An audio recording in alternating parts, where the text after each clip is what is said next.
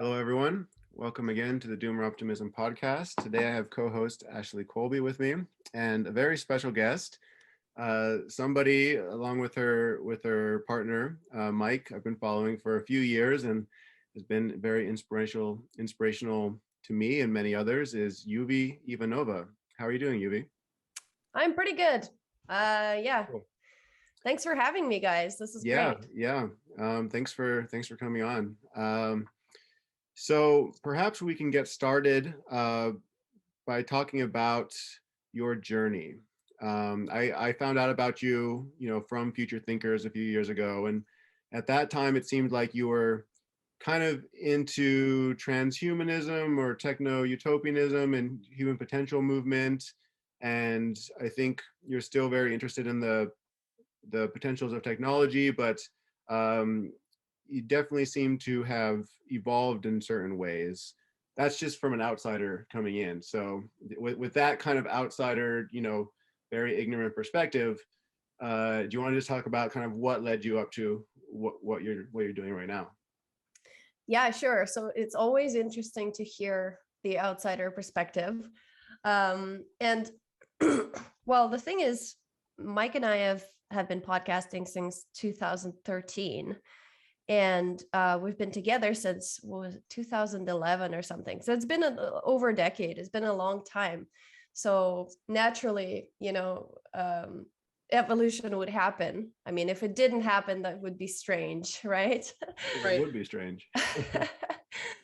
And also, from the outside looking in, people kind of see us as one thing, right? Mm-hmm. But we are two separate people with actually often very different views and different interests that we weave together into a semi-coherent whole. So, even with that perspective of sort of techno-utopianism, like Mike is way more techie than me, and he's always been very technical and very knowledgeable about technology, and, he experiments with it a lot. Whereas I am more of a passenger with that stuff. Yeah.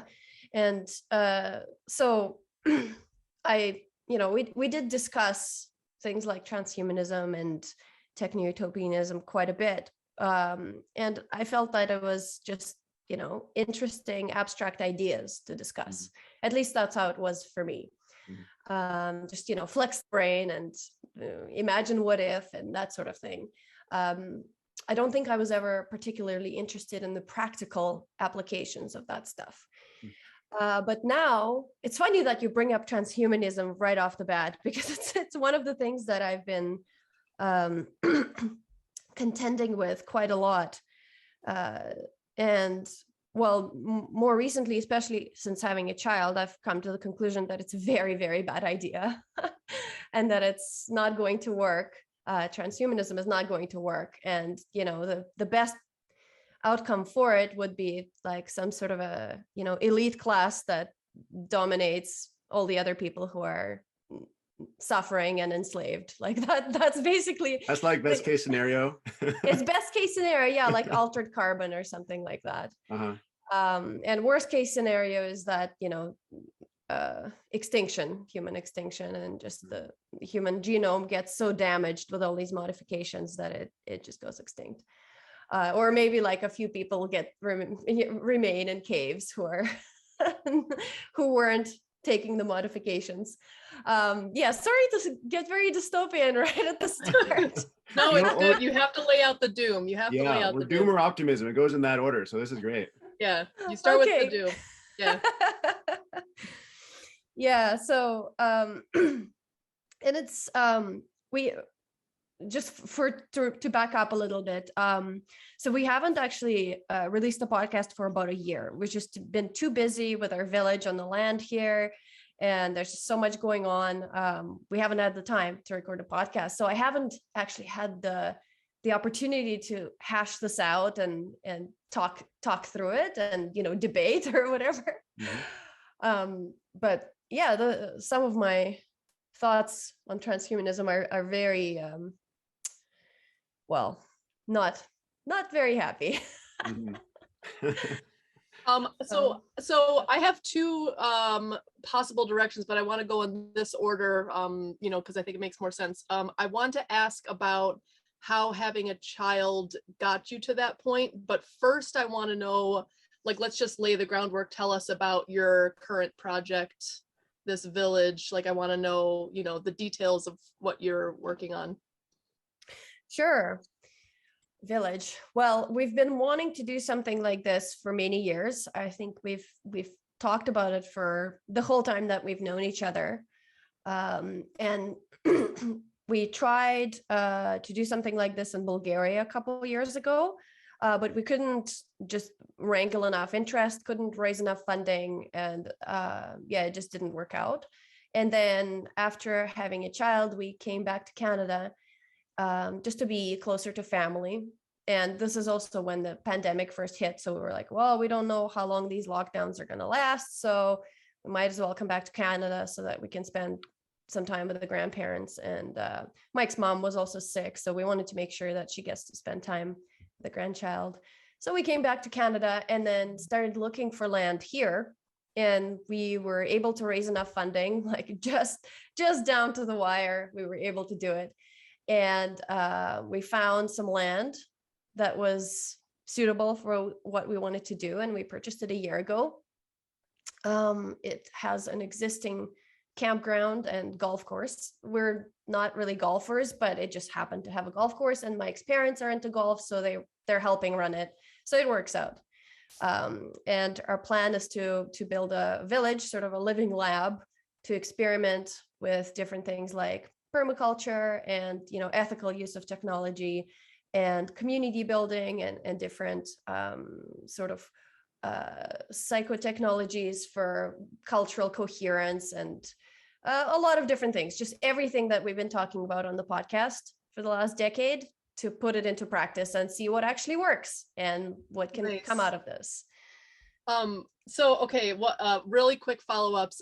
First of all, my husband is super into golf, and he has this idea of a regenerative golf course, like based on traditional links courses from the British Isles. So we should talk about that later if you want. He's like he wants to like graze animals on the golf course instead of using lawnmowers. And then so what is the state of the village right now? Like what is like actually happening on the ground before we get into more details about like what the next steps are, the goals? Yeah, sure. So right now there's a functioning golf course, a functioning campground and RV park, and a couple of houses and a couple of community structures like gazebos where people can gather. So we are living here. Mike's parents are living here. His uncle is here as well, part-time. Mike's brother is moving here. So basically our extended family is here. Everybody's helping out. And we're currently in the process of getting permits to expand and build more structures. And we're planting our permaculture garden this year. So that's very exciting. Nice. Is that kind of an onerous process for all of these permits? Do you have like a critique of this process at all, or does it seem totally reasonable to you?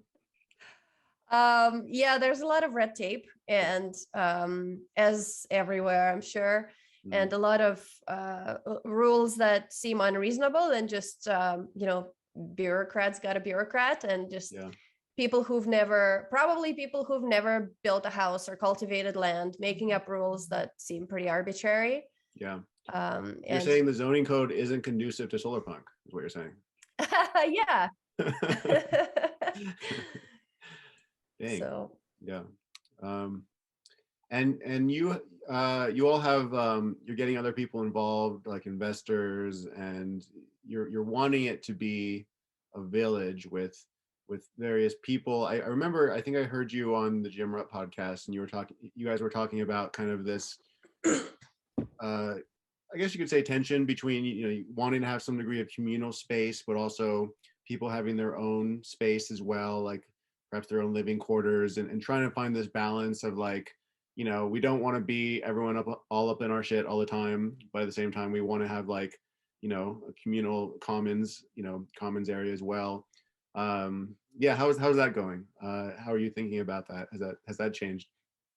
Yeah, I would say it's pretty much the same as what you described. Our idea is still for people to have their own individual dwellings that they're responsible for taking care of, and to have communal space.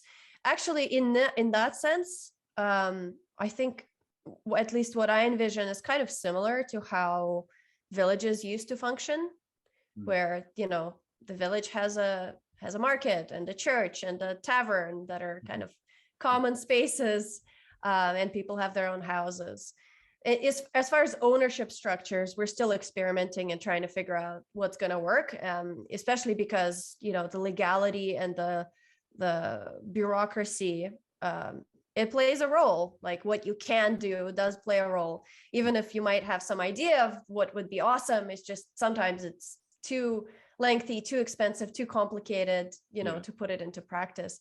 Like we talked with somebody a while ago who tried to do a community land trust, and it took them $500,000 in lawyer fees and several years to get it together.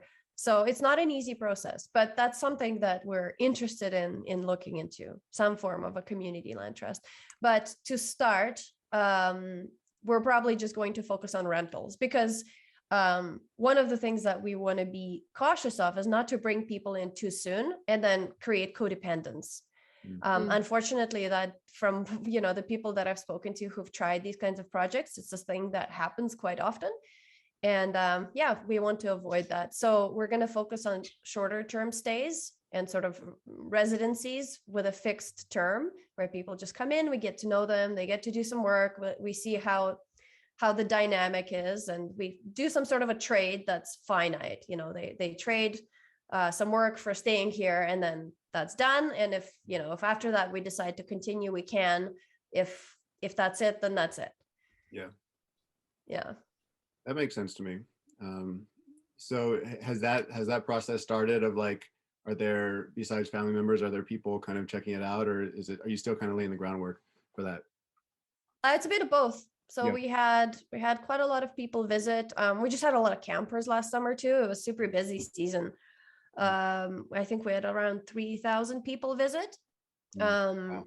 Mostly not through Future Thinkers Network. It's just, it's an active campground. So people are just coming in. And we've had a few people come who are interested in the village.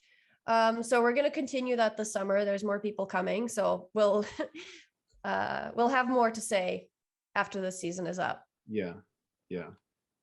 Wow. Does it, so we often talk, have this conversation of kind of the, there's like different models, different theories of change of, like, it seems like a lot of us in our kind of extended networks, we all kind of want to move back to more kind of healthy, regenerative lifestyles, and oftentimes like some kind of, if you're thinking about aesthetics, like cottagecore, solar punk, like some kind of, where there's like permacultural principles involved, and there's like a thriving community, but like, how do you get there? And it seems like, one track is kind of what you all are trying to do, of like, build kind of the macro infrastructure of a village and let it, iterate it and let it evolve. And, the other is just to kind of like plant yourself somewhere, like, I'm going to move out to a rural area. I'm going to get to know my neighbors and maybe invite a few of my friends, but it's going to be, it'll lack the coherence, but it also, it might not be as onerous. I mean, it just seems like what you're trying to do is incredibly difficult. Yeah, everything about this is difficult. It's so funny. Like, sometimes we attract all sorts of people, and some people who just have wildly, like some people who are very aligned and totally get this, and some people who are just wildly have no idea what it takes to do something like this. They have some sort of vague picture of like a idyllic countryside life, or they're just sick of the city and they're looking for something different. But they have no idea how to do it or where to start. And a lot of the time, unfortunately, they're not even willing to do the work. We find that very often, that people come and they realize, oh, I have to be like in the mud and in the cold and working with my hands with like cuts and scrapes and I'm not prepared for this. Like, this is not my highest calling. I want to work on my highest calling. Right. Right. They Yeah. don't realize that All right. 99% of the work. Sorry, go ahead. Man. Yeah. That seems to be, yeah, I mean, that's the thing with all of us. I don't know what your story is, Ashley. You know, like, so we're, you know, my family, we're starting a homestead, and yeah, I mean, I didn't know much about anything building or planting, and you know, I don't think I went in thinking that it was going to be this kind of idealized, you know, like very clean process, but at the same time, you know, it takes years to like just learn the skills first of all, but to not even be willing to do that, like I would just kick them out as quickly as possible if that was the Yeah, mentality. this is something I wrestle with all the time and think about all the time, because I think there is something really appealing about making a community of really cool, great people that all work hard and or like contribute to the work, and then you're like together and you're like codependent in a good way, and it's like, you know, I think like that's the fantasy, but then the reality, I was just tweeting about this a couple days ago, kind of messily working through my thoughts on this topic, and somebody said, stop looking for a community and start becoming a person that other people can depend on. We ran into so many people that talk about community and are desperate for it, but basically what they want is a group of other people to fix their life for them. Yeah. And I do like feel like there is one of the barriers to doing this well is like is finding other people who are good at community, like good at the work of it. And a part of the effect of industrial society is like we've lost a lot of those skills, not just the work skills, but also like being in relationship with others type skills. So I'm wondering if you guys think about that or talk about that at all. Yeah, definitely. It comes up all the time. And, you know, including ourselves, like we've just been doing our own thing for so long. And through our travels, we've become very self-reliant in a lot of ways. And yeah, we just often end up, you know, doing everything ourselves instead of asking for help, or instead of trying to find competent people to join us, because it's really hard. It's finding those people is really hard. And even if you do find them, a lot of the time they're kind of better at doing their own thing than being in community. Yeah, one of the things that's actually been really interesting is just, yeah, finding community where we are, just getting to know our neighbors and forming, you know, forming friendships with them and learning from them and trading things, bartering things. That's actually, I wouldn't say it was surprising, but at the same time, how would I say it? It's just been really nice. Mm-hmm. And they've never heard of Future Thinkers, or maybe they heard about it, but, you know, just because word travels in a small town, they're like, oh, is these, you know, city folks are moving out here. Let's see what they're all about. Yeah. Have you found that people have been pretty friendly? Like, are they at least receptive of, like, you know, they're not going to immediately close down or judge, but like they're receptive to like, okay, what are these people about, right? So you're finding that receptivity? Yeah, that's awesome. It's actually been it's been really nice. Mm-hmm. So when we first started looking for land in Canada, we were looking in this area called the Kootenays, which is very beautiful, you know, this mountain region in British Columbia. And but it's the culture of it is very closed. So people, you know, if you're not from the Kootenays, you're an outsider, you're not really welcome there. People don't want you there. They don't want more people coming in. They don't want the hype, the buzz, like they just want to be left alone. So we found a lot of, like, a few people were receptive to our ideas and wanted us to be there, but a lot of people also were very wary or outright resistant. Mm-hmm. But then when we our land purchase in that region fell through, and actually I think it was for the best, because we found a much better piece of land elsewhere. And this region actually has, I guess, more people who have moved there, more recently, maybe in the last 10, 20 years. They haven't been there for generations. So I found that people were a lot more receptive to us being there, and just more friendly about having outsiders coming in. Yeah, nice.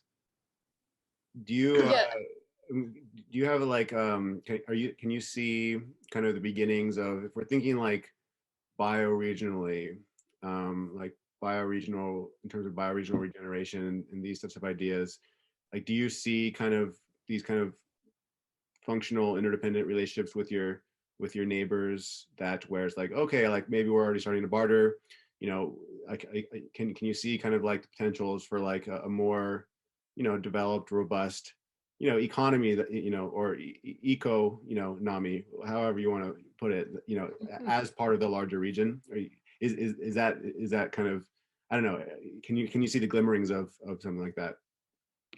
Yeah, I'm not sure about the entire bioregion, but our sort of area of maybe within like 20-kilometer radius. Yeah. There are a few people, excuse me.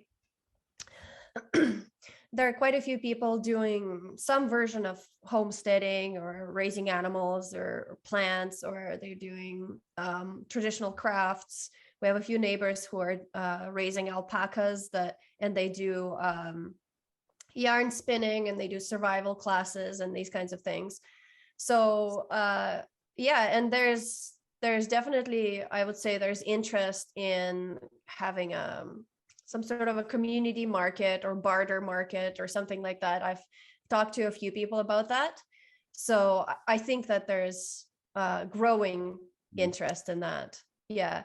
And also a few of the moms here are talking about doing like a homeschooling co-op. There's definitely a lot more interest in that. So yeah, I think things are going in the right direction, even if it's not sort of at the mainstream level yet.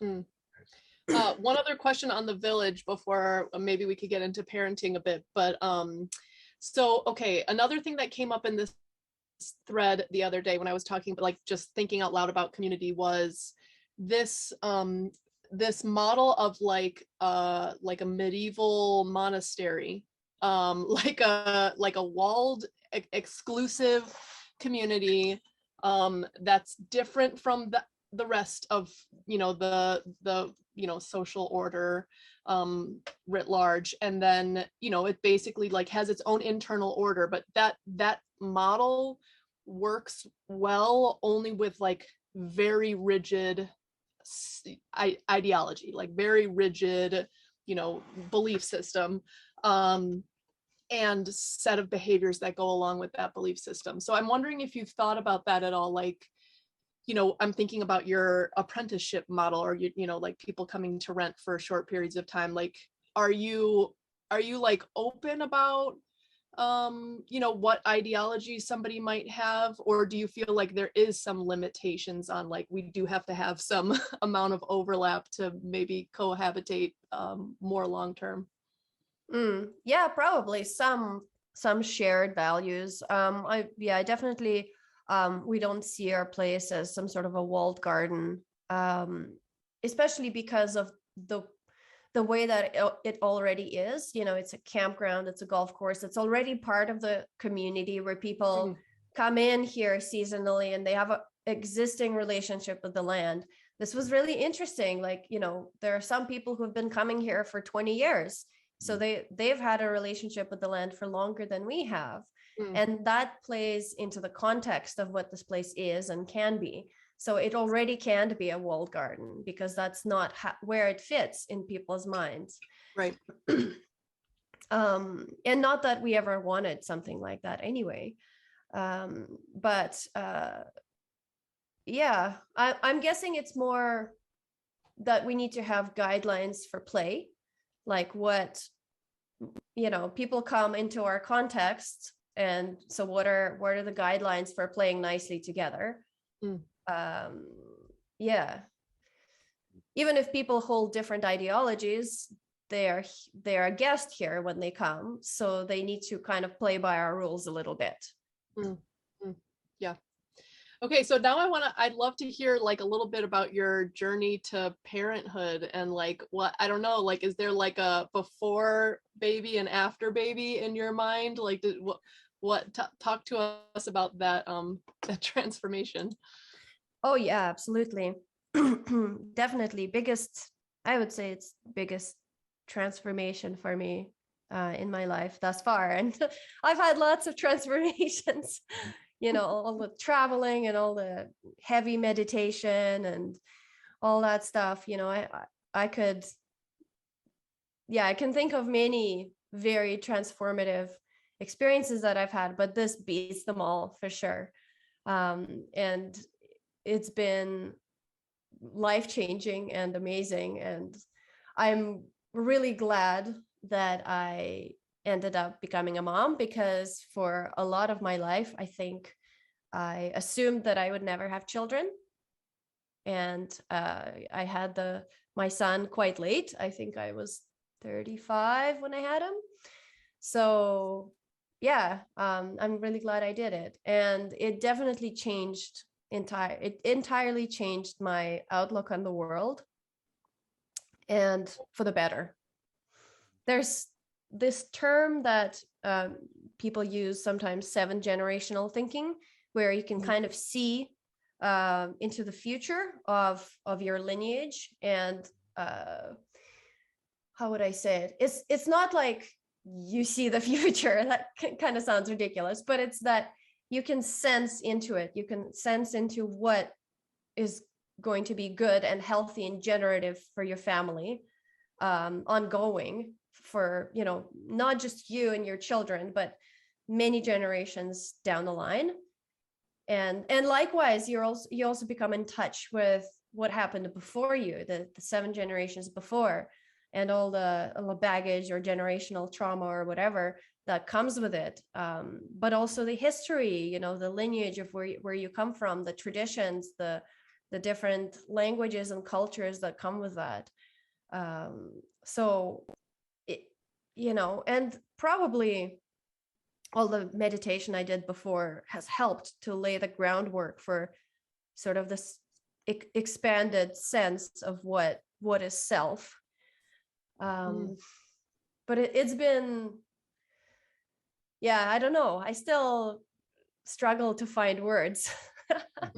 And talk to us. I'd love to hear more about like what are the nitty-gritty details about that like turned you off transhumanism in the process of becoming a mother, because that's, to me, I think I never was like big into anything like transhumanism or techno-utopianism, but being a mother made me so much more viscerally aware of the potential horrors than I would have been just like, continuing as an adult, and not thinking too much about like the impacts on the body or children or those kinds of things.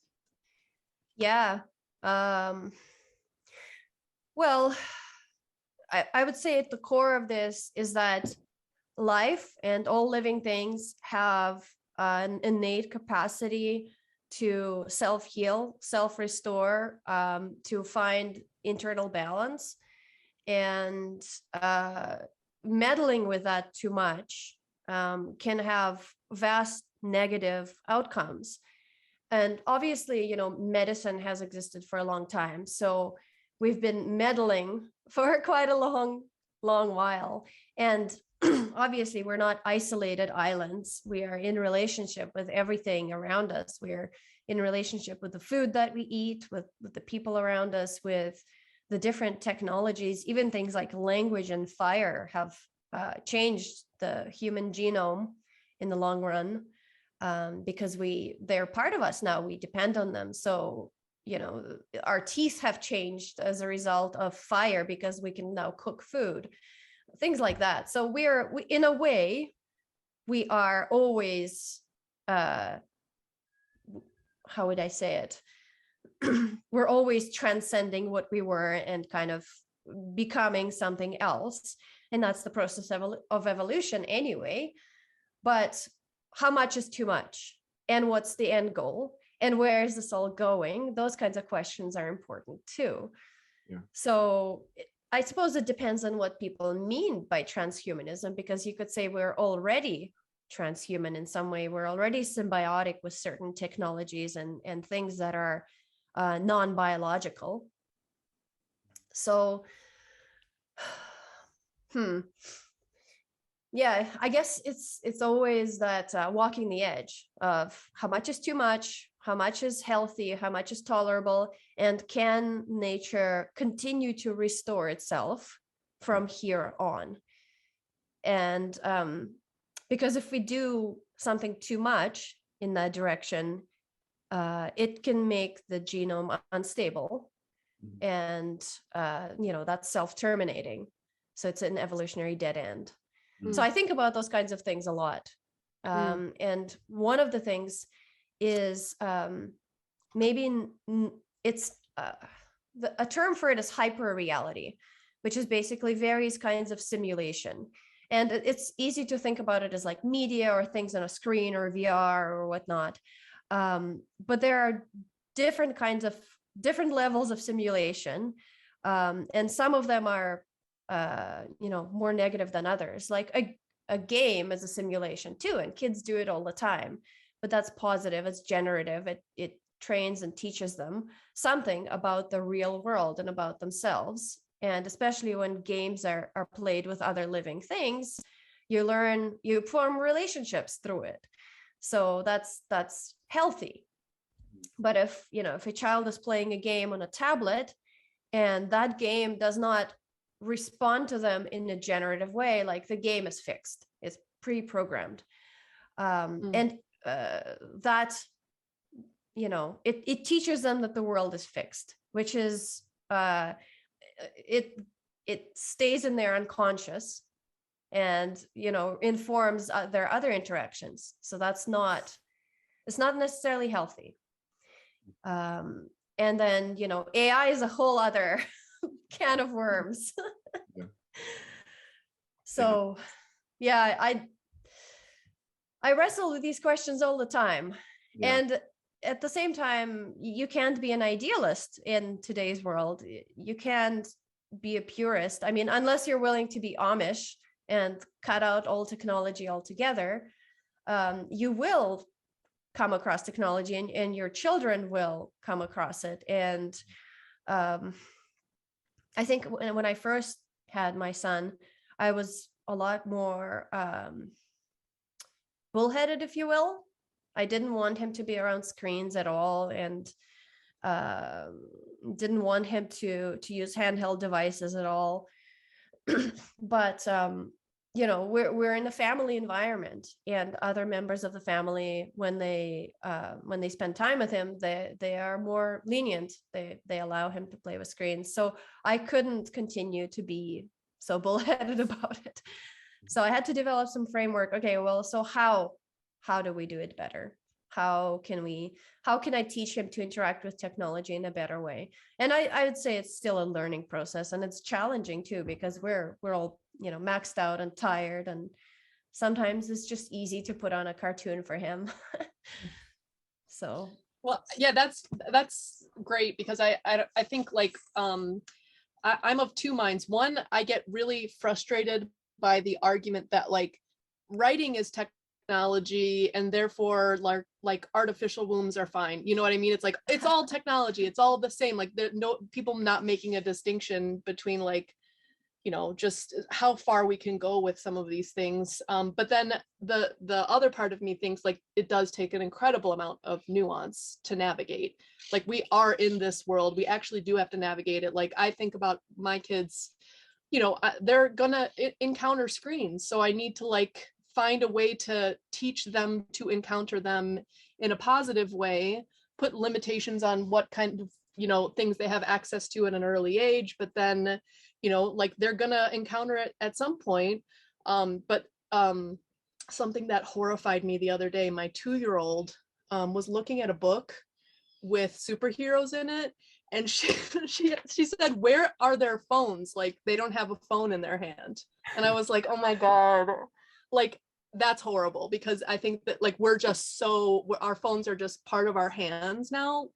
That like that's what she's so used to seeing. And I was like, that's transhumanism. Like, oh my God, I need to put my phone down more, because she's just like thinks that humans should have phones in their hands in a picture. So anyways, It seems Jason. to me that the way to judge is like two things. One, drawing on,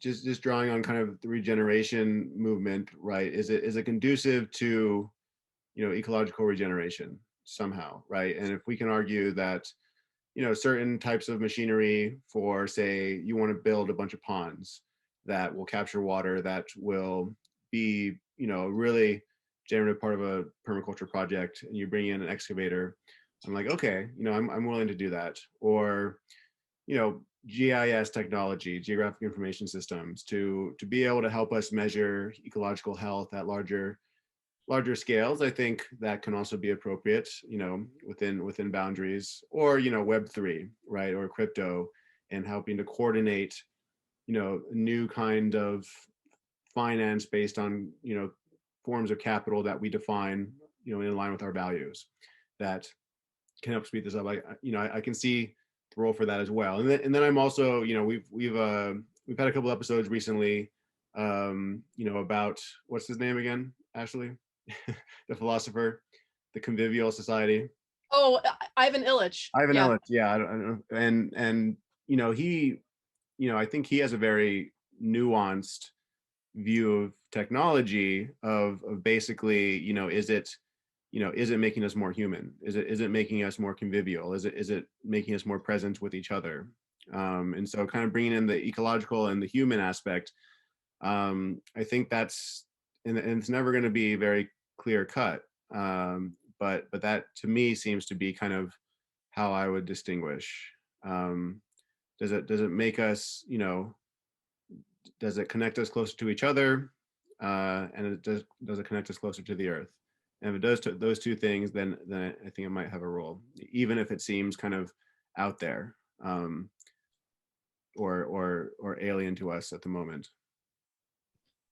Yeah, so I'm wondering, are you guys thinking about Web3 at all, in your vision, not just for the village, but I know you also have courses, like, how are you thinking about this? Because one of the things Ivan Illich, he talked about these, like these learning networks that could be enabled through technology somehow. And this is like basically, I'm teaching a homesteading class, like you have courses, there's this like para-academic world that's kind of blooming, parallel education kind of thing. So I'm wondering, how are you guys thinking about, just using technology to these ends? Yeah, it's a good segue. So we are actually starting a DAO, a decentralized autonomous organization. And, that's probably not the perfect term to describe what it is, but that's what people call these things these days. So we're just going with the standard term for it. And it will have NFTs that are used as access tokens that are sort of the membership to this organization, which give you different perks and voting rights on certain things. And it's sort of a separate project to the village. Like I would say it's maybe parallel, because we want to be able to experiment with different things, sort of low stakes things that don't affect the village in a major way before we start making any real big decisions. Using this decentralized, these different decentralized voting mechanisms. So, and that's the first thing. And second thing is certain decisions just can't be made. Even though collective intelligence has its uses, certain decisions can't be made unless you're physically present here and have a relationship with the land and sort of tactical understanding of everything that's happening here. But yeah, this DAO is also going to be a big experiment, and a learning network is definitely a huge part of it. We're thinking of it as sort of a mycelial web that connects all these different projects that are doing similar things around the world, and different people maybe who don't have a project yet but want to get involved, even if they can't be physically here or at one of these places.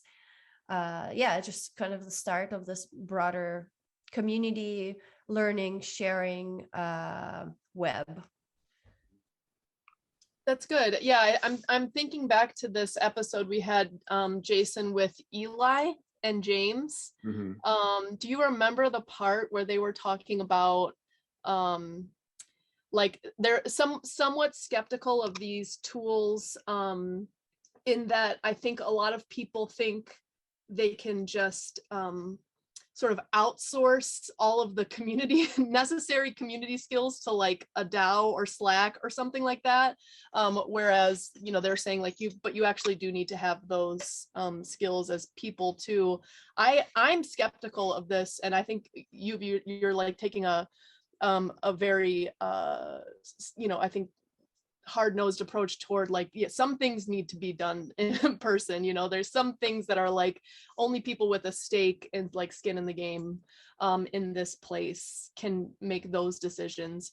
I'm skeptical that a DAO, like I don't know what, I'd be curious to hear what you think a DAO or like something like a DAO does that's different from like a co-op, like so I only know a little bit about how DAOs work, but I think my understanding, and you can correct me if I'm wrong, because part of my goal on this podcast is just to like be wrong out loud sometimes, be the Luddite and who doesn't know things, but is the idea that you're building in some of the social rules into this decentralized code or whatever, so that people can't just make up the rules as they go along, and then that gives everybody a chance also to like maybe vote is the right way of thinking about it, like have a say in how things go.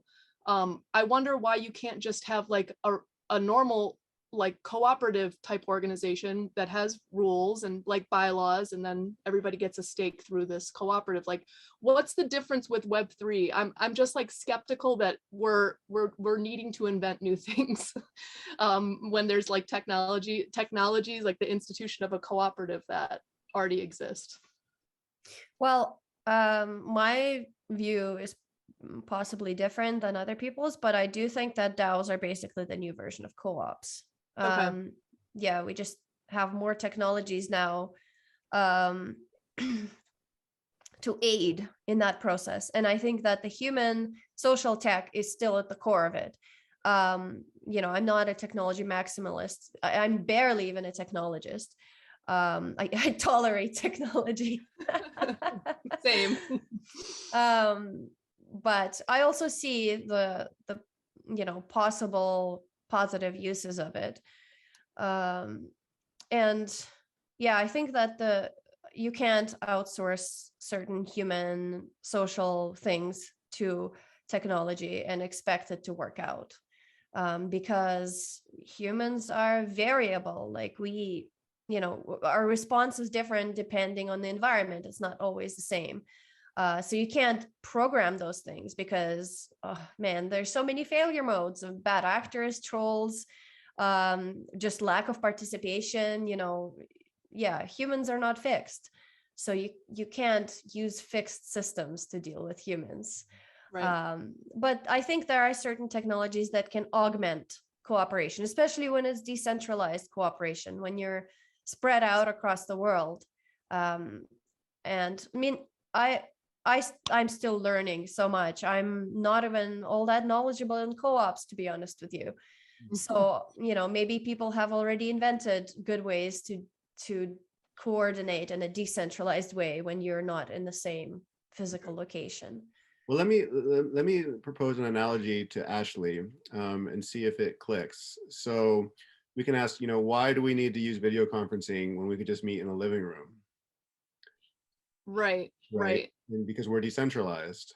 Right. So but then, like, my sorry, go ahead. It seems to me that I would be less inclined to want to adopt kind of the latest gizmo, whether that be a DAO or something else, for kind of an in real life community to manage community affairs, that require tactical embeddedness, kind of tactical relationship, embeddedness, relationality in real life. But if we're thinking about supporting each other in these networks across the globe, right, then it seems like this is a new thing, that we, like, humanity hasn't really done this in a really robust degree. And That's so true. we need to utilize this technology that is kind of built for that, right? Yeah, right, I don't know right. what form it would take. Like, if what does it mean to be a DAO that's decentralized, but your core project is a physical place, and is it about kind of onboarding people, or people have kind of investments or stakes in it, or is it kind of this mutual aid network across projects? And I'm curious, Right. maybe how you respond to that, Ashley, and then your take on that, Euvie. Yeah, I think it's a good analogy. This whole podcast is just Jason trying to convince me to be slightly less Luddite. But okay, my concern is that, like, just humans gaming things, and when you decontextualize and take it out of the local, I think people just think, like, bada bing bada boom, we got a DAO, it's all solved, like we're all going to be like perfectly equal actors and be treated equally and well, and there's no way for it to be gamed, this the system or whatever. That's, having said that, though, I think there is such a role for ways to coordinate that aren't local, but I think that probably when you're building, I guess, the rules of the DAO, you should just do it super slowly and iteratively, and like minimum viable stakes that could impact people, like if people are like all in on something, like maybe putting money into it or something that where like it's a big resource, and then the system could be gamed. Like I fear that kind of thing, where like no one really knows how the technology actually works, and then they just put a bunch of big stakes into it, and then something bad happens that they didn't foresee. Anyways, Euvie, like to hear your thoughts. Yeah, I think along the same lines all the time. I'm very aware that people will game things. It's inevitable. And yeah, people will make stupid decisions. It's inevitable because they're people. So yeah, we're thinking about that all the time. And yeah, minimum viable rules is definitely our approach. Minimum viable structure at trust first. Even the way that we're building this village, it's like trust first. We brought in trustworthy people, friends, family, longtime listeners of the podcast. Like all of our investors are people that we know. They're not just random people gambling on the success of our project. And we didn't want those kinds of people. And we wanted, people who would be physically involved, even if not all year round, but, they would come and spend time here and actually have this tactile experience and build trust with us in a human way. So that's the village. But then the DAO is, again, that question: how do we coordinate across the globe with people? And the way that there's another layer to this. So the DAO is, a playground for experimenting with decentralized decision making in a low stakes environment. That's right. Like emphasized low stakes. We're not talking about property ownership or anything like that. Right. Low stakes. So we're starting with art. Actually, we're going to do a bunch of different art contests and sort of art collaborations to create protopian art, to create regenerative art with people around the world. And so the other layer to the DAO is an NFT, which is sort of a unique token. So each one is unique. Like, let's say, Bitcoin, like every Bitcoin is identical, right? It doesn't matter if you have this Bitcoin or that Bitcoin. But NFTs, it's a token that each one is unique, verifiably unique. So it's we're using it as membership. So each person who holds this NFT has membership to the DAO, and they're able to, get certain perks. They might have discounted event tickets, or they might have free entry to certain calls. They have some voting rights on these art proposals. So it's a membership. And again, it's not super high stakes in terms of decision making, and it's not super high stakes in terms of financial investment. It's just like, yeah, like buying a membership to a club, and you see what's going to happen in that club. You get to be part of all the cool things that the club is doing, and you get to have some direction in where this club is going. So that's how we're seeing this. Yeah, I love that. And actually it reminds me, I think something Jason and I have talked a little bit about is maybe using a DAO for people doing Doomer Optimism type projects. And when you said the people who have been involved in your project so far are like long-term listeners of the podcast or people that you know personally, that made a light bulb go off for me, because there's people involved in Doomer Optimism, both people who have been hosts, who have written for the Substack, people I know who have taught in my class, who I like know and trust. And I can imagine doing a DAO with them, with all these people who I like know, I've vetted, and then coordinating, like coordinating resources across that network. But the network is of people who are not anonymous to one another. Like they are known to one another. They are vetted in the community. So yeah, I like that a lot. I have a different direction to go, unless Jason, you have any follow-up on this topic. No, go for it. Okay, so Chris D is one of our fans and friend of Doomer Optimism. And contributor now. He recently. Yeah, and contributor to Substack. He asked the question: the whole journey of future thinkers, from having podcasts about consciousness to localism, what was that shift or aha moment that got you to go from travel and consciousness to like smart villages, from nomadism to place-based? Like what was that journey? Yeah, it's a really good question. So we were traveling for around 8 years in total. And for about half of that time, we were very mobile, like moving every few months or sometimes every month. And then for half of that time, we were in a place. We were in Plovdiv, Bulgaria, but we were still traveling quite a lot.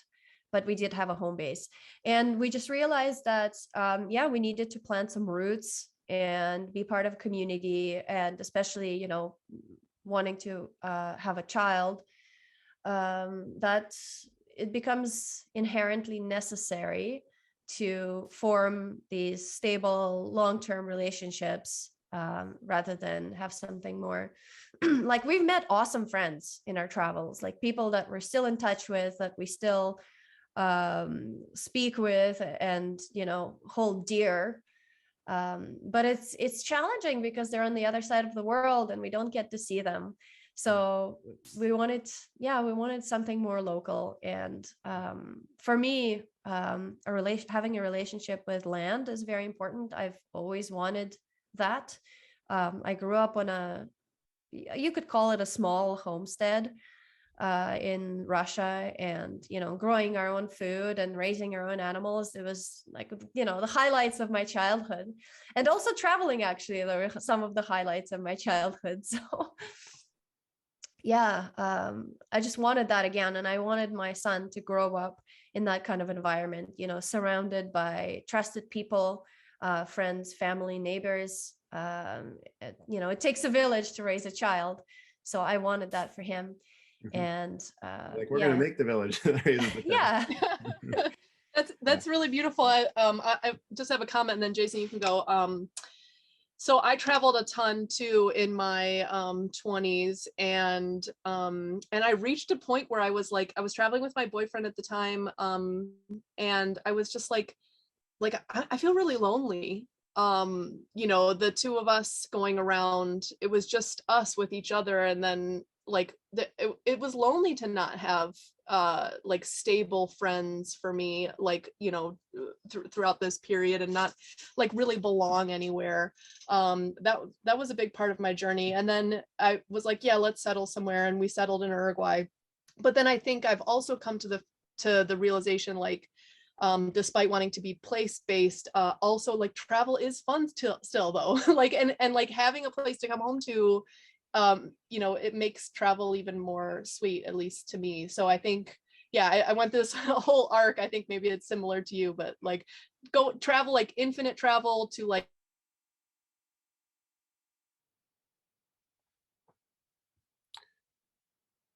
Oh, have we lost Ashley? Mm-hmm. Has she frozen for you as well, Euvie? Yeah. Okay. Ashley, we've lost you. Okay. Oh, you're back.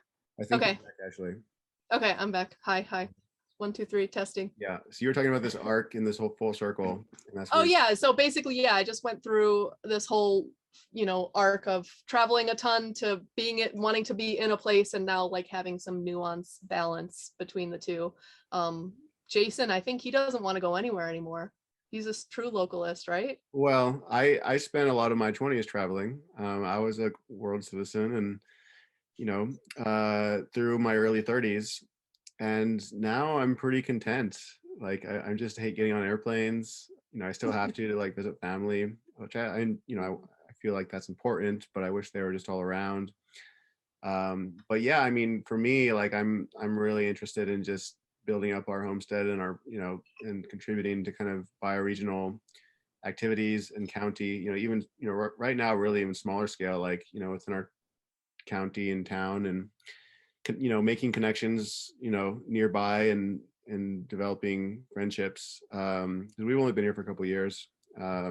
So yeah, I mean that there's no urge to travel, really, at least not to far off places. I'm sure that will change. I'm sure that will change as well. I want to get to, just to get both people who ask questions, Eclectic Spacewalk, who's a big friend of Doomer Optimism. He says that he loves Future Thinkers and that they were a big inspiration for his own project and him and his partner's project.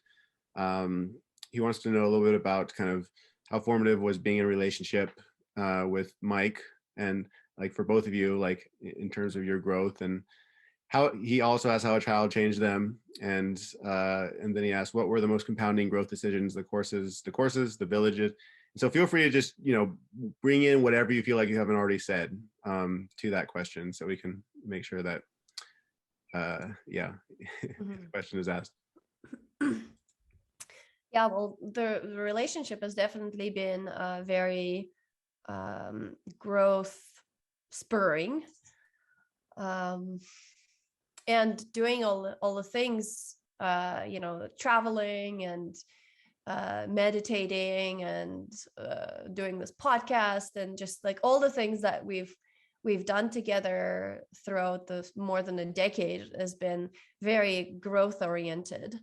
But at the same time, it's grounding, having a relationship is grounding. And especially now having a child is even more grounding. So how would I say it? Like I used to read a lot more books when we were traveling, just because time and, fewer kind of responsibilities and more capacity to engage with abstract ideas. And now for me, everything is very tangible, a lot more.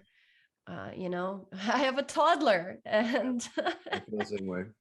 yeah. How old is your son? He's 2.5. Okay. Yeah. So it's very, I have to be responsive a lot. Everything abstract has to be grounded in the tangible, in the real, in the day-to-day. And being out here on the land, things are always, emerging. There's like the water management is such a huge deal here. Something's always either flooding or drying out or being plugged up. And we have several streams here, and beavers are constantly trying to build a dam in the culvert, and muskrats are plugging up the pipes, and stuff is always happening that needs your attention. So we can't be just engaging with these abstract ideas. We have to be hands-on, and everything is grounded in this kind of, in the dirt, in the sand, in the soil, in the water, in relationships that are here. So that's been a big change. I would say that relationship in general is everything, grounding everything in the context of relationship has been such an important thing. This is something that I don't know if you guys are familiar with Tyson Yunkaporta. He talks about this quite a lot, that, you know, in Indigenous Australian culture, everything is always grounded in relationship. It's like there's no such thing as an abstract idea or an abstract concept that is detached from relationship. Like even if you're learning something, it's always important, like, well, who are you learning it from? And what are their relationships? Like, who are they in their community? And those kinds of questions are important. You always have to investigate sort of what is that relationality? Like nothing exists as a separate thing. So I really like that. And, you know, we're getting more and more of that as we're being more embedded here with relationships, with family, with neighbors, with, you know, our physicality. I love that. I think for me, like lately I've been had a couple episodes like with fellow moms and people talking about family, and I just feel like these things are so related. The embodied relationship to land is so related to like your embodied relationship to your partner and children, and then ideally like extended family and community. And like it really is just like such a sharp juxtaposition between that the embodied work and like the abstract. And again, like I said before, with the travel and home, like they do inform one another, and I think there is room for both. But I think probably most of us modern people under a certain age go too far in the abstract direction, and so it's really nice coming into that the project of embodiment in multiple forms. So that's really cool. So what should we be looking out for from you guys? Like what are next steps? Like how can people get involved if they want to? You know, what are the proximate next steps, and what are the like big picture goal you know, down the line ideas? Yeah. Well, big picture goal down the line, I would say that it's emergent. You know, people often come to us and ask like, okay, well, what are your like 1, 2, 3, you know, plan, step, exact, you know, clear, nailed down thing of what you're doing? And I just think that's the wrong question to ask. Because life has got a life, and it's always lifing, and it's always emergent and evolving and changing, and in response and in relationship to everything that's happening. And I feel like I'm channeling Nora Bateson right now. But yeah, that's, you know, that's it. And of course we have a vision, but it's always in relationship to what is actually happening here, and the people that are here, and the land, and what the land wants. I just keep coming back to that, like, what does this land want to be? Because it does have those kinds of tendencies, and you can think of it as a living thing with its own desires, for sure. And we are in relationship with that living thing. So I'm much more interested in talking about what's emerging rather than what is our plan. As far as what's next in a more immediate sense, well, so we're starting our permaculture garden this year.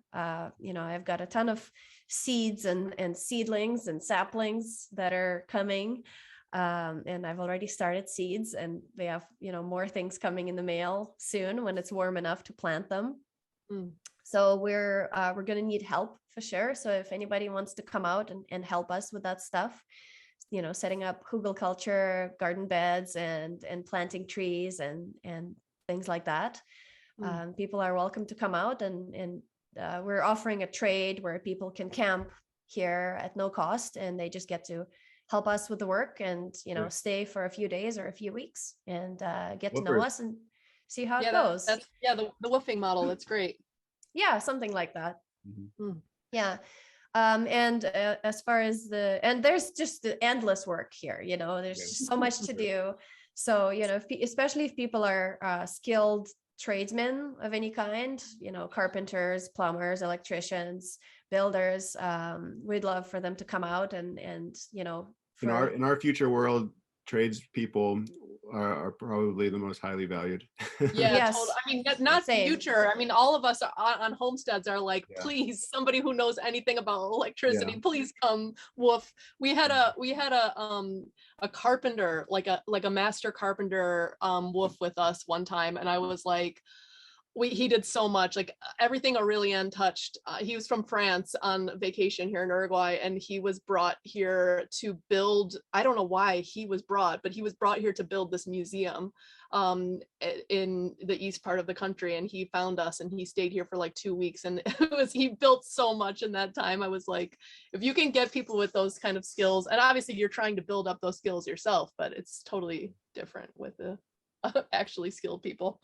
Yeah, 100%. It's so funny, people sometimes think like, oh yeah, in the future we'll all be coders and whatever. No, that's not true. Who is going to build the infrastructure? Who is going to fix the plumbing and set up the electrical? Like, yeah, maybe you can be a coder too, but you also need those other skills, like, or at least the base level of them.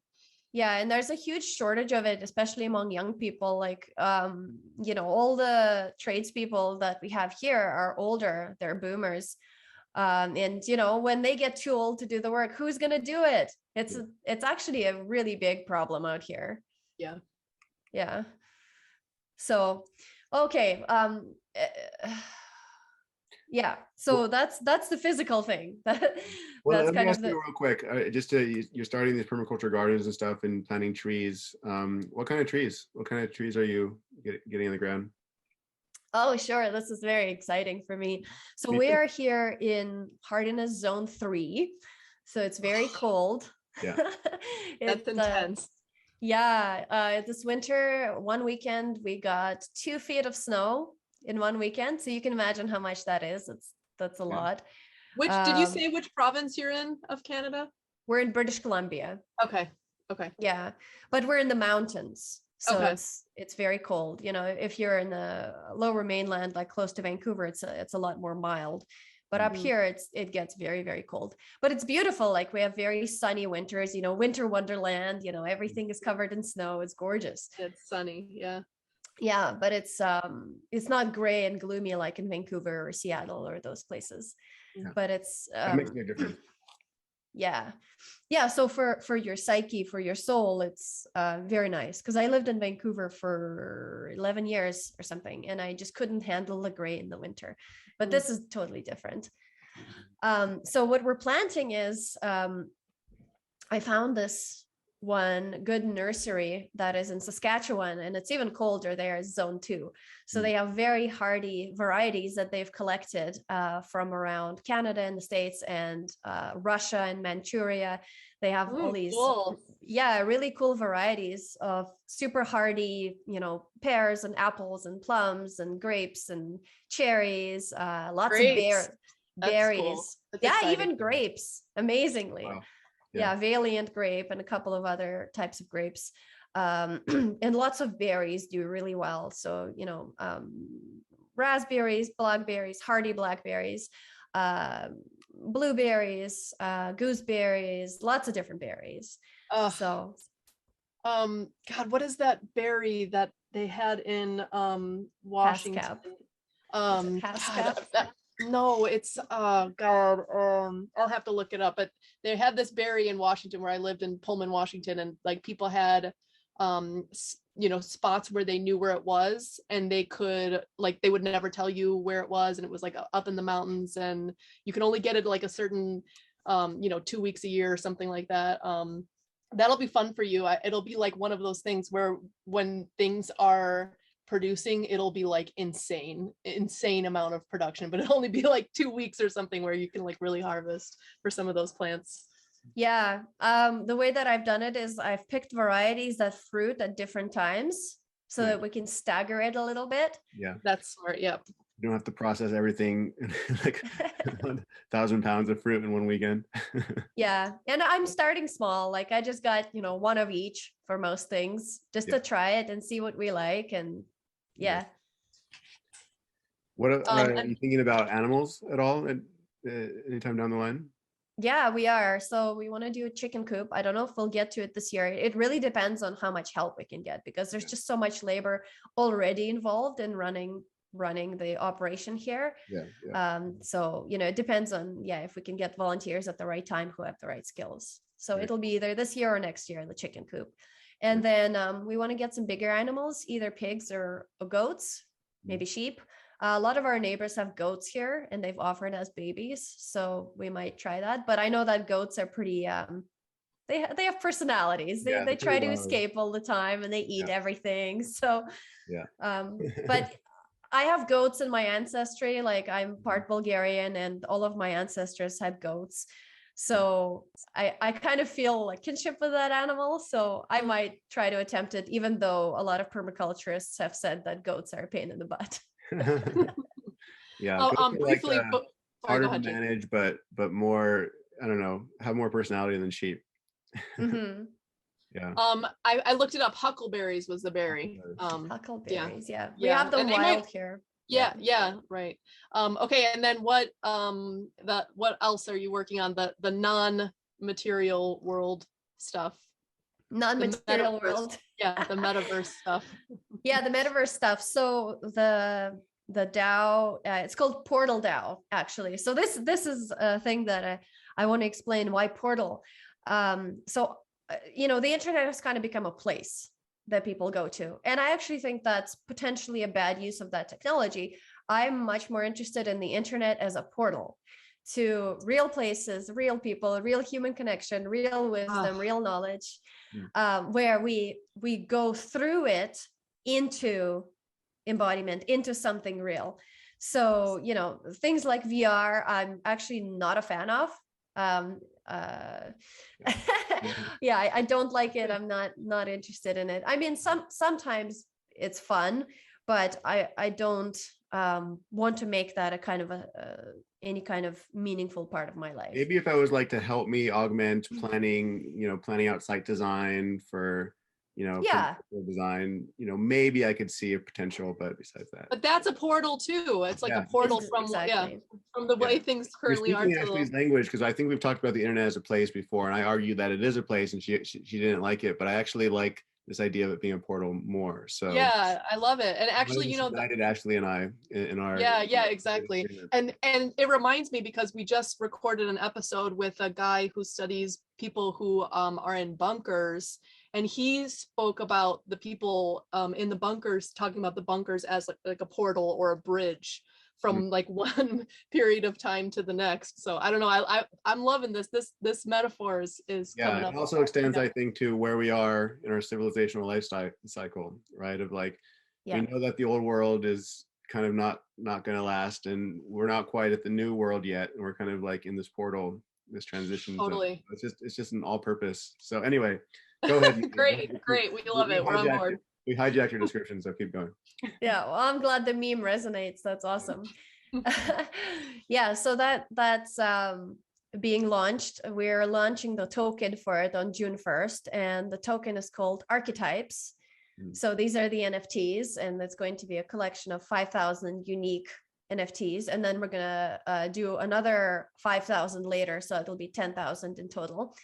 And they are they're based on sort of Jungian-ish archetypes, and we're starting with 6, so that's king, warrior, magician, lover, creator, explorer, and then there's going to be 6 more, which is mother, sage, jester, outlaw, every person, and I'm missing one. What is it? It'll come to me.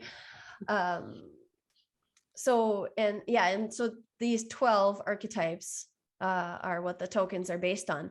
And they're not necessarily personalities. They're more like aspects of human cognition, sort of their modes of being, if you will, and, things that we can draw on in terms of wisdom and sort of processes that we can connect with. And we wanted it to be something deep and something very human. So that's why we chose archetypes as a theme, because I think it's been a very sort of generative and useful theme in our lives. And we've done a podcast series on archetypes. So Future Thinkers /archetypes is, I think, the link to the series if people want to listen to that. So anyway, this NFT collection is launching on June 1st, and that'll be the membership token for the DAO. This like club that people can participate in with us if they're interested in these sorts of things, and regenerative projects, in homesteading, and how Web3 can become part of it, and portals to new worlds, and solar punk, and all these different game B and these kinds of memes that we like to play around with. Well, you guys do that, and you go first, and then you can teach us, the Doomer Optimists, what to do and what not to do. Yeah, we're so far behind technologically. Yeah, we're behind. We're thinking about it, but we're just like ruminating a bit. So it'll be cool to watch your journey. It's exactly and see how it works. Yeah, we can step on all the rakes so that you guys can hopefully not have to. Yeah. So thank you for being the sacrificial ones. So yeah, anything else that we haven't covered? This was lovely. It was really lovely to meet you. We're so much aligned. There's so much going on that I think we should be in touch and keep collaborating too, because there's a lot. We're doing a similar kind of thing, network, regenerative projects, lots of people into homesteading. So yeah, and people, a subgroup of people into Web3 things. So cool. Anything else we haven't yet covered that you? Is there like a question that you do a lot of podcasts and it's like nobody can think to ask you? It's just like, come on, people, like don't be so dull. Like ask me this really good question that's just hanging there. Is there a question like that you would like to both be asked and answer? I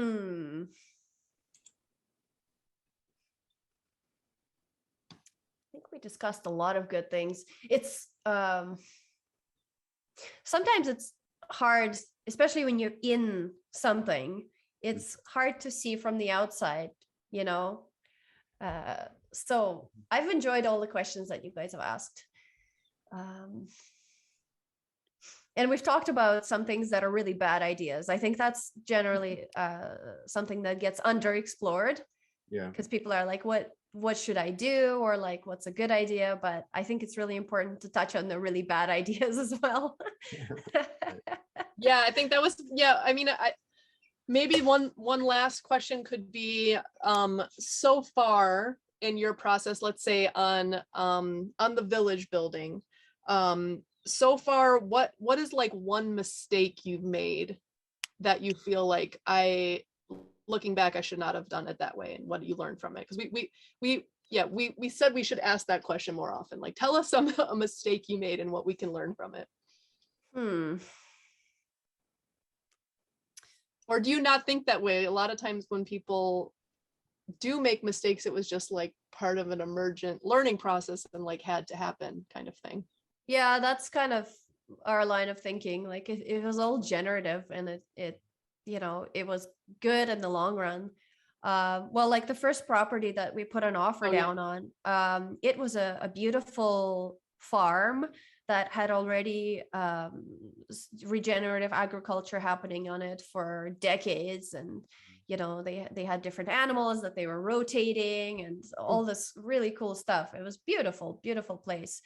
And then in the end it fell through, and that was actually a really good thing, because well, first of all, the zoning would have been a nightmare to deal with, like because it was agricultural, so we wouldn't have been able to build buildings on it. There's only this one other rocky patch of the land where we could build the buildings, and it would have just been a huge pain in the butt. And secondly, it was in this Kootenay region, where people would have been probably less welcoming of our ideas, and they were actually in many ways. And yeah, there were just a whole bunch of other things. The business model of this one that we have now with the campground is actually a lot better and a lot more conducive to having a lot of people come out and stay here. And so in the end, that quote unquote mistake actually worked out for the best, and we learned something from it. And I would say it's been the same with a lot of other things. One thing that kind of comes to mind as a theme is that idealism is actually really bad. Any kind of utopianism, like imagining that something is just going to solve all of your problems and that'll be it, they'll just be like happily living ever after, it never works out that way, and it's a really bad idea. And sometimes if you try to stick very kind of bullheadedly to your ideas, you end up, at worst actually hurting things, like hurting people, hurting possibilities, hurting just, like life is not fixed. It's and it doesn't conform to your ideas about what you think should and shouldn't be. So it's always a dance, you're always dancing with the reality about like, oh, is this possible? Is this good? Is this generative? And you work things out through that dance. And I think that's that's what's worked for us. And that's always, sometimes you don't know how things are going to happen. And then they just happen amazingly because you have the right people at the right time in the right place, and nature lends a hand, and things just emerge. I'm not saying that you just throw caution to the wind and do things without planning. Planning is absolutely a good idea, but like holding them loosely, I guess. Like a plan is not the map is not the territory. That's wonderful. Yeah, that totally resonates. That's something we've talked a lot about. Basically of the project, everybody's project, it seems like, who resonates with Doomer Optimism at least, seems like anti-utopian. Like we're just going to be, we have like values and parameters, but and goals, but to not try to muscle the world into a utopian vision is a common theme, I think, for a lot of people. And just like being idealistic about, sometimes people who are interested in the green meme, interested in regeneration from sort of a city perspective, have very kind of false idealistic ideas about how it actually works. Yep. They're like, oh, but you have diesel vehicles, like, oh, in the future we will all not be driving vehicles and it'll just be all happy-go-lucky, with electric vehicles.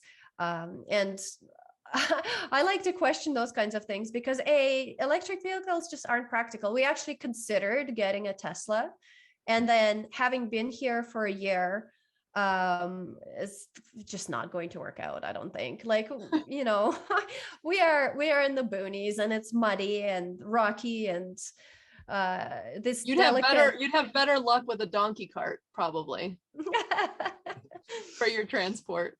Yeah, I don't know. We're seriously considering donkeys, by the way, Jason, after I listened to Jeff McFadden's. Yeah. Nice. They just seem so great. Seem so great. And they don't seem like that hard to deal with. So anyways, sorry to hijack that, but yeah, I think that's that also resonates a lot. A lot of people want to get into the nitty-gritty and learn where some of their preconceived notions about how things work in reality and in nature. I think I got totally schooled on how everything works once I moved rural, and I'm really grateful for it. But it's past time arguing with city people. Mm-hmm. Myself being a former city person, about how things work is it's slow, but people are learning little by little and interested to learn, so that's good. Yeah, and people's idea about sustainability, just that like nature is this untouchable, mysterious thing that we should just leave, over there, and here we are people, we are civilized, we're not nature. Well, that's completely false, because we are nature, we are part of nature, and nature isn't always as fluffy as people think. They're like, for example, the beavers. We have beavers here, and they are a pain in the butt. They are constantly This was surprising to me because I thought like there's no place that like had too many beavers, but apparently there are, and like where people are like actually having to like, you know, fight for their territory with against beavers, which is fine. I mean, it's good to hear like that there's so much an abundance that you're having to like fight them back to taking over your infrastructure. Absolutely, yeah. Well, we are in the middle of a provincial park here. So we're literally surrounded on all sides by wilderness, and it's one of the biggest provincial parks in the province. So yeah, we have a lot of wildlife here, and beavers are a pain in the butt. They're constantly trying to build their dam in the culvert because there's, you know, a natural barrier. There's a grate, and it's just the most logical place because it's already there. So they just, yeah, constantly trying to build their dam there. And we constantly, in the summer, every few days, we have to come in with the excavator and like tie the bucket to the grate and pull out this. Sometimes it's literally a ton of wood branches that they've stuck in there. And yeah, we have to undo the dam every few days. And, you know, we had to call in a neighbor who's a professional trapper. You know, he's licensed to deal with the beavers. So he, you know, trapped the beaver and took him away. But like, you can't come at this with an idealist view, because if we just let the beaver do his thing, the whole thing is going to get flooded. You know, our valley is very low. The water table is already very high. So it's going to flood the whole thing, is going to flood the neighbors, is going to cause, you know, thousands, maybe millions of dollars of damage. So we have to deal with the beavers. Yeah, and it's same good. thing It's with the good. bears. Yeah. Well, and for me, well, we have ants that are like always so insane here in Uruguay, and it's us or the ants. I mean, I'm sorry, they're not going to come in and like eat our food or like infest our house or bite us. Like, you know, there's other things we can cohabitate with, like in a more harmonious fashion, but there's certain things like, you know, I'm an animal in this ecosystem too, and you know, I gotta defend my territory. Yeah, exactly. Or, you know, one of the things we had happen, so we had somebody come in who likes our vision, and he was saying like, why aren't you composting on day one? Like, you got to be composting right away. And we're like, dude, we have bears out here, and once they get a taste of your compost, they will be here every day. And, you know, the adolescent bears are quite aggressive. So it's going to be a problem. And then you're going to have to end up calling a conservation officer who's going to come in and shoot the bear. Like, that's the reality of the situation. That's what's going to happen if you let them get into your garbage. So you need to build this very heavy bear-proof structure to contain your compost. And we are in the middle of the camping season. We are working 12 hours a day. Every single one of us, like, it's just not going to happen. Sorry, no composting this year. And he was just so disillusioned by it. He's like, you are not as sustainable as you say you are because you're, you know, not composting. Yeah. It's just silly. Like, you have to be realistic. You have to be realistic and embedded in what is actually happening here. Yeah. So I've certainly learned, and this speaks to, I think, what we've talked about this whole conversation, is that I see this as kind of a, you know, hopefully a multi-generational project, and not taking on too much at one time, like little by little. You know, like I want to get larger livestock as well, like goats or sheep, but it's just like, okay, we're having another baby this year, not going to happen this year, maybe next year, and that has to be okay, right? It's not, you know, like maybe my grandkids will live in a solar punk utopia here, but, you know, I'm okay with just kind of like, you know, just stumbling around and getting, you know, things set up little by little. Yes, absolutely. That's also been the thing. And we've expected it because, you know, I grew up in the countryside, and I lived in Bulgaria for a few years, and things are a lot less developed and structured and westernized there. So you're face to face with the reality of how long things take, a lot more. So I was under no illusion that it was going to happen right away. But even then, our timelines have gotten stretched because permitting and the reality of just maintaining this place and needing the right people to be here at the right time to do certain things, it's just going to take longer than we expected, and it's going to cost more, and it's going to be more bureaucratic and more of a pain in the butt. It doesn't mean we're not going to do it. It's just, it's going to take longer. So, and it's funny because people who live in the city often have these assumptions that everything just happens, because somebody else is doing it. It's because it's not you doing it.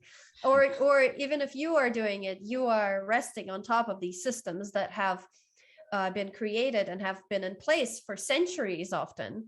And people just take them for granted, that like, when you flush the toilet, the poop goes somewhere and you don't have to worry about it. You don't think about it, right? That's not the case. Like the septic tanks have to be maintained and have to be put in. Like right now, we're actually trying to get permits to put in a new septic tank so we can do another development and put more structures on the land. And it's a process. So we're always interacting here with like the life support systems, with the waste management, with the water, with the power, with everything. It's all our responsibility, and which is good, which is a good, and then you have skin in the game, but it's also like you're having to learn all these skills at once. One comment before we wrap up, it seems to me in some ways the image of like a steward or a husband comes to mind for your project, and not just of the land, but of the community and the people and the vision and all the different activities. It's like you guys are sort of stewarding these things all at once, and it's almost like alchemy, including the human side of things. Like, we've just got to toss these little bits in and see what works well together. It's cool. It's very creative. It's exciting. The potential is really huge for if you get like the right moment and it's like the right group and everything's coming together, and then maintaining that. It's cool. There's a lot of exciting potential. So I've got to run. So I want to thank you so much for coming on. It was lovely to meet you. I hope we can collaborate more. And last words. Yeah, thanks so much for having me, guys. It was great to meet you, Ashley. Great to see you again, Jason. And happy to continue chatting and collaborating. And I'll send you an invite to our DAO, and hopefully you can play around in it a little bit. Yeah, right, exactly. We'll probably start off with like flies on the wall, just like, what the hell are they talking about? But just click around, see how it works. I think the DAO for us is like the compost. It's like, okay, we need a structure just to even understand what the hell it is, and then we need a bear-proof DAO, Jason. We need a bear-proof DAO, because we're the bear. This is all right, great. cool. It's great to. I think we hosted you on Both And like 3 years ago with Jared, and it's great to catch up again. After I think both of our lives have changed quite a bit. I hope we can, our respective spheres can kind of stay connected, and I definitely see, room for collaboration and trading war stories and stuff in the future. So it's great to have you on. Cool. All right, thanks. And all right. All right, take care. And if anyone wants to, okay, go ahead, it's okay. If anyone wants to learn more about what we're up to, you can go to futurethinkers.org. That's the podcast and the village side. And then portaldao.io, portaldao.io is the Web3 project with the NFTs. And Awesome. And we'll put that information in the show notes as well.